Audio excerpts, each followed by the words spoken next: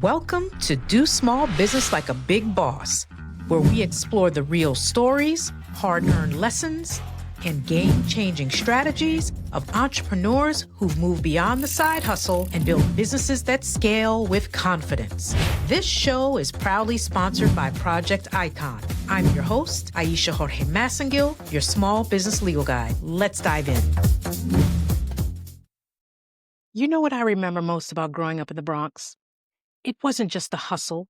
It wasn't just the noise, though I do remember that noise. It was the basketball courts.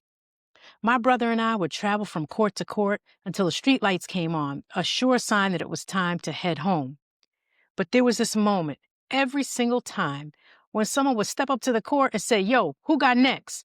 Looking down at the row of waiting players, I would step up and say, with my whole entire chest, "I got next." Not, "Can I play?" Not, "Is it my turn?" I would declare, "I got next." Sometimes this drew a double take. After all, I'm 5'3" on my best day, and I'm a girl. And I was like 12 or 13. It makes me laugh when I think about it now. But even then, the stakes were high. Being short and a girl meant that I often only got one shot to get the right players on my team to gel together almost immediately. Because if I didn't, nobody was going to pick me up. My run would be over. So that's what it means to have next. It means you're ready. You belong on that court. You aren't asking for permission. You're claiming your spot.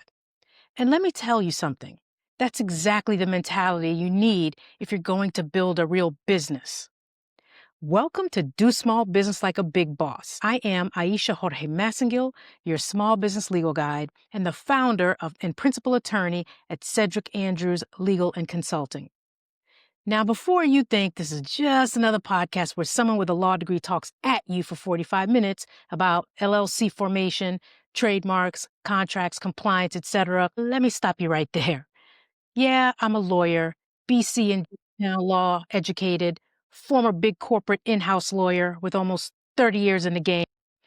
But more importantly, I'm an entrepreneur who built my firm from the ground up. I know what it's like to be the only person on your team, to wonder if you should even have a business checking account or if your personal one is good enough for now, to lose sleep over whether you're doing this whole thing the right way. I see you because I've been you. And here's what I know after decades of working with small businesses. Too many brilliant, talented, hardworking people out here treating their businesses like side hustles when they should be treating them like the empires that they could become. You're playing small. And you know what? The world doesn't reward small. So this podcast is about changing that. It's about taking that I got next mentality, that fearless, bold, I belong here energy, and applying it to every aspect about how you build and run your business. Let me take you back to the basketball courts in the Bronx for a minute. I wasn't just hanging around watching games. I was in them. I became the first person, male or female, in my high school's history. You hear that? My history, to earn 12 varsity letters. 12. That's 4 years of showing up, competing, and proving I belonged on every court, every field, every team. And you know what I learned?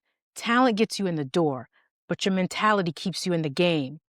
See, when you said, "I got next" on those courts, you better be ready to back it up. Because if you stepped on that court hesitant, apologizing for taking up space, playing not to lose instead of playing to win, you got schooled fast. Business is the same way. When I was coming up through Phillips Academy, Boston College, Georgetown, I watched so many talented people second-guess themselves out of opportunities. Brilliant minds who started every statement with, "I'm not sure," or "maybe." And then I'd see people with half the talent, but twice the confidence, walk into rooms and claim what they wanted. They got next. And they got what they wanted. Now, I'm not talking about arrogance or faking it till you make it. I'm talking about bone-deep belief that you have value to offer, that you deserve to be compensated fairly for that value, and that your business deserves to be built on a foundation that can actually support growth. That's fairness. That's equity. And that's what I'm passionate about bringing to small businesses. Because here's the truth. Big businesses, they don't play small. They have lawyers, accountants, strategists, and advisors. They protect themselves. They think long term. They build systems at scale. Why shouldn't you? This podcast exists for one reason: to help you do small business like a big boss. Every episode, we're going to sit down with entrepreneurs and business leaders who built something real from the ground up. Not the overnight success stories you see on social media, the real ones. The people who faced setbacks, made mistakes, pivoted, learned, and kept it pushing. We're going to talk about the stuff nobody wants to talk about, like what do you do when you can't afford to hire help, but you're drowning in the work?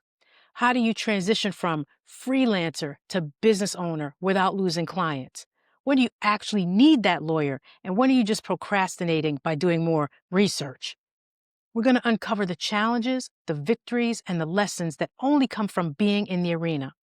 And I'm going to bring what I do best: breaking down the legal and strategic side of building a business in a way that actually makes sense, in a way that empowers you to make informed decisions, in a way that helps you protect what you're building while you're building it. Because here's what I've learned working with hundreds of small businesses. You can't scale chaos. You can't build an empire on shaky foundation, and you can't keep playing defense if you want to win. It is time to think bigger. It is time to take yourself seriously. It's time to stop asking for permission and start saying, I got next. In the coming episodes, you're going to hear from entrepreneurs who've been exactly where you are, people who started solo and built teams, people who survived the lean years and came out stronger, people who made the leap from just freelancing to I'm running a business. We're going to get tactical, we're going to get real, and we're going to give you a roadmap, not for building for someone else's version of success, but for building yours. Because your business isn't supposed to look like everyone else's.